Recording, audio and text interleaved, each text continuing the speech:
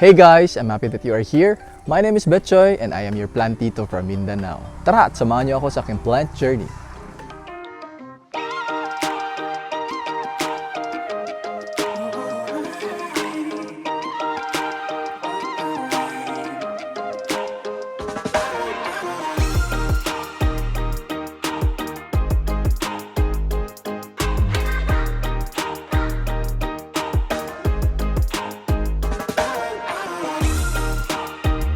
To those who are new to this channel, especially sa mga hindi pa nakapag-subscribe, please click on the subscribe button and pakiclick na rin ang ating bell notification para maging updated kayo sa mga latest uploads ng Bechoy Vlog. And also guys, please follow me on our other social media accounts. So we have a Facebook page and our page is Bechoy Vlog. And we also have an Instagram account and our ID in IG is Bechoy_vlog. And let's talk about plants. So for our episode today guys, I will be sharing with you a list of my favorite trailing plants, and these are a combination of philodendrons. Of course, hindi yan mawawala, ang dami nating favorite na mga philodendrons. We also have some syngoniums and other trailing types of plants, and most of these na ma-share natin in our episode today are common types of trailing plants. And I thought of doing this episode because I really love seeing mga trailing plants, especially kapag nag-garden raid ako or nag-visit ang ibang mga gardens na ibang plant collectors. And I see plants na nag-start silang maliliit muna, then eventually kapag lumalaki at saka nagtitrail na sila, lumalaki na rin yung kanyang mga dahon. And sino bang hindi na-in-love sa mga trailing plants? They're such a beauty in our garden. So in our episode today, yun yung gusto kong i-highlight and then i-share with you yung mga favorite ko na mga trailing plants. And the very first plant for our trailing plants in our episode is our Syngonium 3 Kings. And right now, nagsa-start na siya mag-trailing. So let's first describe our 3 Kings. So this has the usual arrowhead shape ng mga Syngoniums, and it has some marble na mga variegation sa kanyang mga colors. So the main color of our Syngonium 3 Kings is plainly green, and then meron siyang mga patches and some variegations dito na medyo close to being silver. And honestly guys, I really do not know why this is called 3 Kings. But I really love the 3 Kings natin na Syngonium because unlike any other trailing types na mga plants na medyo leggy, yung ating Syngonium 3 Kings, yung kanyang pagka-trailing is medyo lush type siya. So yung distances niya in between nodes, medyo ano lang siya, it's a bit short. And then yung interval sa kanyang mga leaves, it's very short lang din. So kaya nagmumukha siyang napaka-lush. So, ang ating Syngonium 3 Kings, this is a fast-growing na Syngoniums. And then, medyo common lang ito guys, and I got this one at the price of 250 pesos from one of the live selling early this year. What's really good with our Syngonium 3 Kings is that similar din sa mga trailing types na mga plants natin, they have this very obvious and makikita talaga natin kaagad yung kanyang mga aerial roots. So, it's very easy for us to propagate this plant.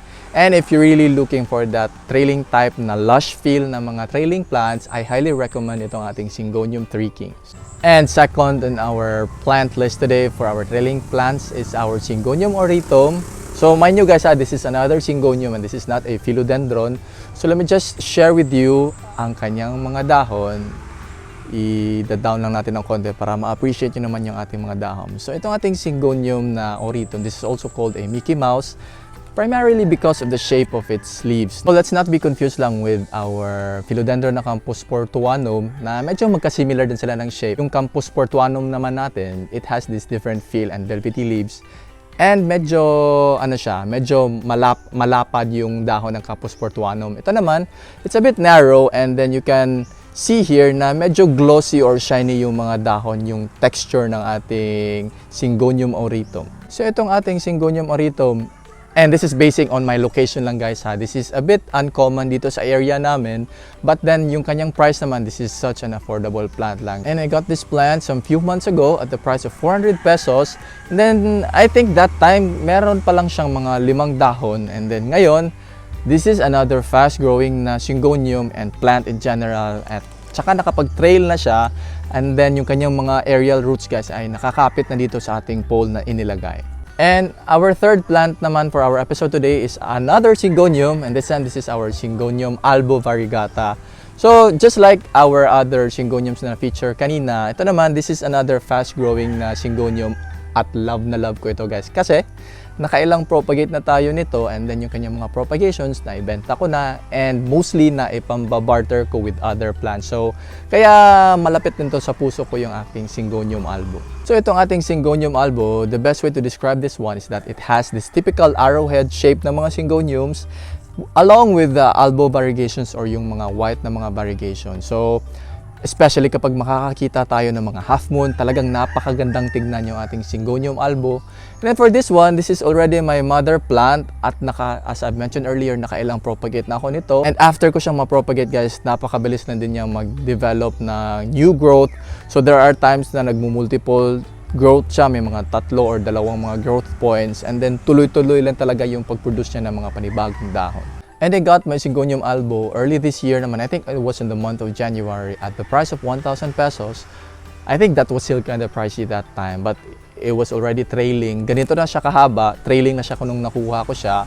Then ngayon, I think medyo affordable na ito guys at the price of siguro mga 300 pesos. Meron ka na mga trailing plants na may mga tigtatatlo or 4 na mga dahon ito.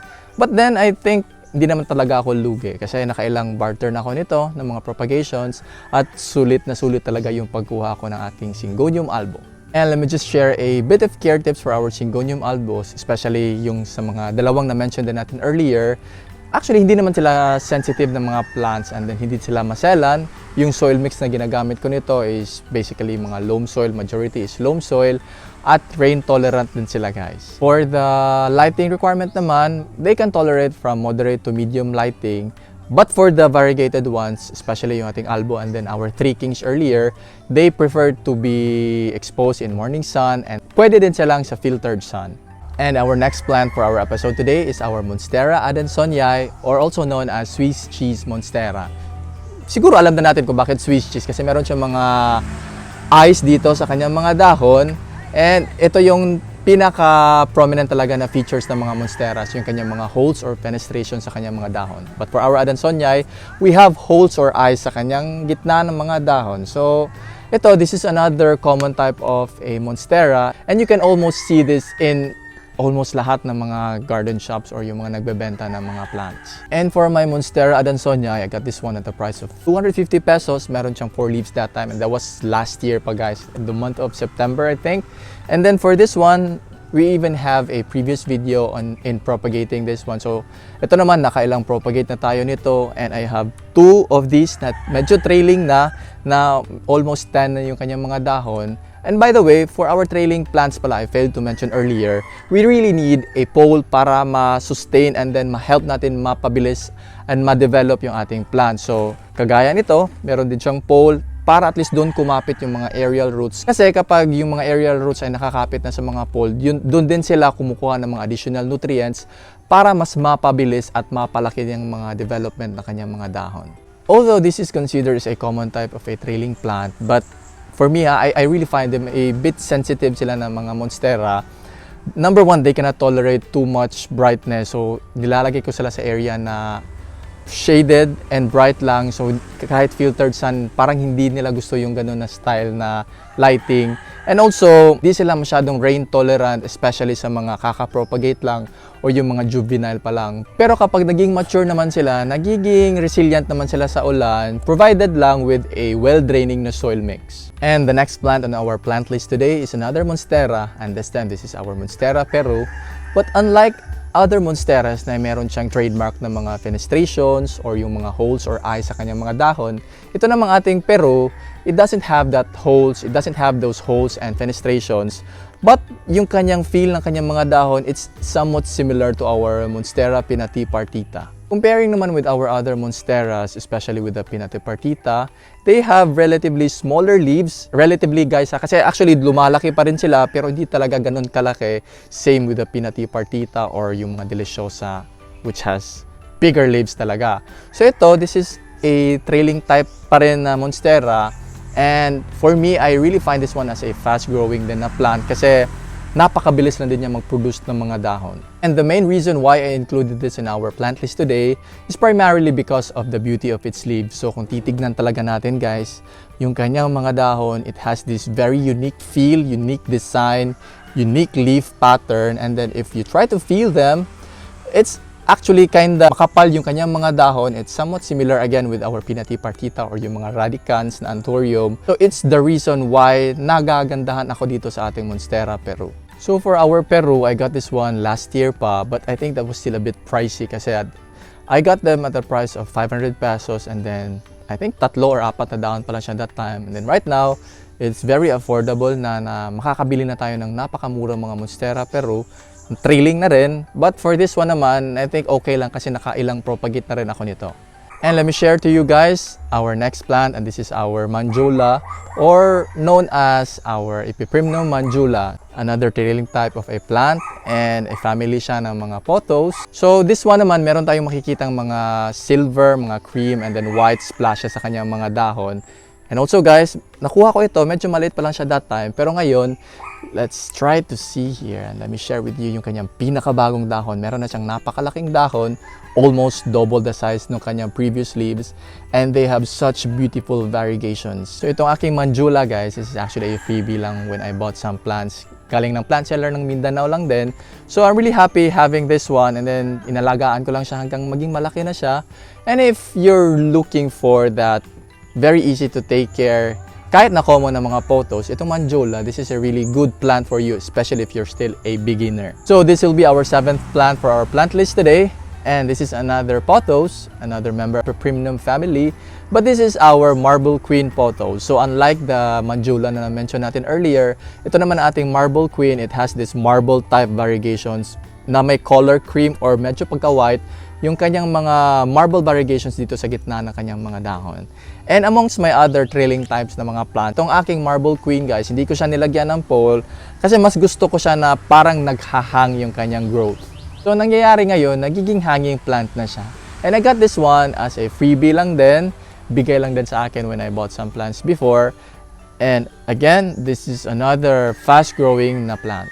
So what's good with our marble queen of pothos guys is that they are able to thrive in low to medium light na settings. So we can really put them inside our houses, in our sala, kahit sa banyo, kahit sa kwarto. Pupwede sila doon natin ilagay. Now let's proceed sa ating 8th trailing plant. At ito na yung mga families na isa sa mga pinaka-favorite ko, yung ating mga philodendrons. And the one you are seeing right now is our philodendron micans, which is, I think, isa sa pinaka-common na mga philodendrons, and they are very affordable guys. Ito naman, it has this trailing fields na dito, and then yung kanyang mga dahon, although medyo maliliit pa lang siya, but we can already appreciate the beauty of yung ating micans na sobrang lush and then trailing na dito sa ating pole. And for this one, mafe-feel natin yung kanyang dahon, it's a bit velvety. By the way, wag natin i-confuse yung ating micans with philodendron na melanochrysum because actually they have the same feel and color ng kanyang mga dahon. Pero yung ating mga micans, although lumalaki din sila, but hindi sila lumalaki as big as the mature forms ng mga melanochrysum. So itong ating philodendron na micans guys has been considered as a common type of a philodendron ever since. So I got this one last year pa on the month of October, and then napakamura lang talaga nun guys. It was cuttings lang siya at the price of 25 pesos. So nangyari, pinang-propagate ko lang siya. So marami na akong pots ngayon ng mga micans na trailing na, at ito nga gumagapang na siya sa pole. So ito, I'm trying to achieve na talagang maging lush pa siya, and then kung lumampas siya dito sa ating pole, ikakat ko naman siya and then i-replant ko na naman siya dito sa kanyang pot.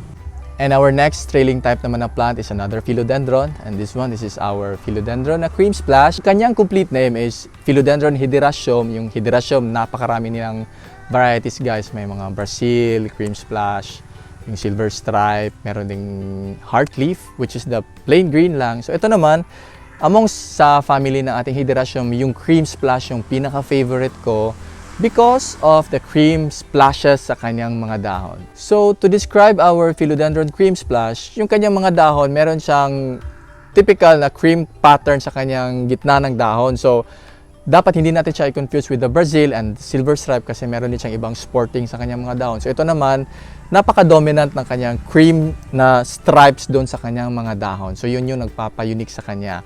And again, this is another fast-growing na philodendron. It's also a trailing type. And napakabilis lang din mag-propagate nito guys kasi yung kanyang mga aerial roots, it's very obvious, and then it's very easy for us to cut them and propagate them. And for this cream splash guys, I got this one early this year. I think it was at the price of 1,000 pesos. Meron pa lang siyang mga 5 dahon. So I think it was a bit expensive pa siya that time. Pero ngayon, hindi lang ako sure kung magkano na yung pricing ng cream splash pa ngayon. Pero I think medyo affordable na siya, guys. And let me share with you guys our 10th trailing plant for our episode today. And this is our Philodendron, brantianum, or brantianum. Isa ito sa mga favorite ko ngayon ng mga trailing plants. It's because of its very beautiful na mga silver markings and patterns sa kanyang mga dahon, guys. So, although maliliit yung kanyang mga dahon, pero ma-appreciate mo talaga yung kanyang beauty kasi napaka-unique ng kanyang mga silver patterns dito. At naging favorite ko rin ito ngayon kasi nagsistart na siyang naging malaki yung kanyang mga dahon. So, just try to compare it, guys. Ito yung kanyang pinakabagong dahon na sobrang laki na. By the way, ito pala yung pinakabago niyang dahon but still, medyo juvenile pa yung kanyang dahon. So, hindi pa ito fully matured. So, kapag naging mature na ito, I'm expecting na mas magiging malaki pa ito compared sa kanyang second newest leaf. So, dito na talaga natin ma-appreciate yung paglagay natin ng pole, guys. Kasi, yun nga, yung mga aerial roots ng ating mga trailing plants, kumukuha din sila ng mga nutrients from the pole itself. So, mas nagiging mabilis yung kanyang development. And also, let me just highlight here na naglagay din ako ng mga moss dito para naman makakuha sila ng mga additional nutrients. Also guys, let me just emphasize then and share with you na yung gagamitin natin ng mga pole dapat made of organic matter siya. So, it's the reason why we are using cocoa pole, made of cocoa husk or mga cocoa peat or yung moss kasi dun kumakapit yung ating mga ugat at parang nagsisilbi na rin siyang additional soil.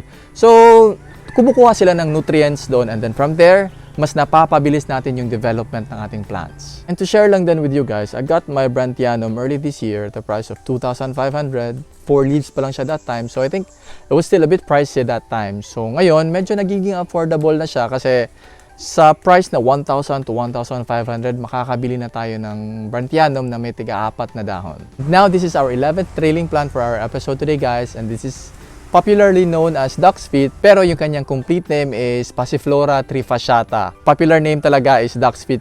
It's because yung kanyang shape ng kanyang mga dahon ay parang hugis din ng paa ng mga duck. So to best describe our duck's feet na plant, meron siyang napakagandang color combination dito na makakakita tayo ng olive green or dark green na color with some pink splashes sa kanyang mga veins. And isang trivia lang din na may bibigay ko sa inyo guys, when they start as juvenile, medyo color green pa lang yung kanyang mga dahon. And then as the plant matures, ganito na yung makikita nating mga color combination. And I really find this plant very cute and unique. And mind you guys, this is a very affordable plant lang. I got this one at the price of, I think, 150 pesos. Meron na siyang 4 na dahon. And fast growing din sila na plant. So yung pinaka-last natin na plant today guys, but definitely not the least, is one of my favorites na mga plant ngayon, which is our Epipremnum, pinatum, albo, variegata. So hindi ko na lang siya kinuha at nilagay sa table kasi medyo mabigat na siya. And I think I know what you're thinking guys. This is a tibatib plant. Hindi talaga kayo nagkakamali. This is a tibatib or also known as dragon's tail, but this is the variegated version. So to best describe our Epipremnum pinatum albo, yung kanyang mga dahon, even the color of it and the shape of its leaves, it's really the typical tibatib or yung dragon's tail plus the white variegation. So yan yung nagpapayunik sa ating Epipremnum pinatum albo. And what I really love about this plant is that napaka-fast growing niya guys, especially with the pole na nailagay natin. So talagang napakabilis na kanyang development, yung pag-produce ng kanyang mga panibagong dahon at hindi ka talaga madidisappoint with your pinatum albo. So for this one, I got this at a price of 9,000 pesos. Mature na siya and then trailing na siya. Although medyo pricey siya, but I really find this plant as a good investment. Again, it's a fast growing and then napakabilis lang din niya mag-produce ng mga panibagong dahon. So once na mag-start na tayo mag-propagate nito, magtutuloy-tuloy lang ito mag-produce ng mga panibagong growth. So that would be it guys. That would be our episode for today. And I hope na nag-enjoy kayo sa pag-share ko na aking mga favorite na mga trailing plants. And before we end our video, let us do our shoutouts. Shoutout kay Ma'am Lisel Dableo. Hi to Sir Durangues. Shoutout na rin kay Ma'am Mernalyn Castulo. Shoutout also kay Ma'am Miriam Olinio from Calgary, Canada. Shoutout na rin kay Sir Albert Camilote. Hi to Ma'am Maria Joselita Bernal. Hi din kay Ma'am Edita Antopina. Shoutout also kay Sir Sergio Corpus. Hi to Sir Carlo Apelianes. Shoutout na rin kay Ma'am Elizabeth Muog. And shout out kay Ma'am Marivic Salon. So guys, if you happen to like our videos, please don't forget to like and share to your families, friends, and loved ones. At kung bago ka pa lang sa ating channel, please don't forget to subscribe and click on the bell notification para maging updated kayo sa mga latest videos ng Bechoy Vlog. Once again, this is Bechoy, your plantito from Mindanao. Happy planting!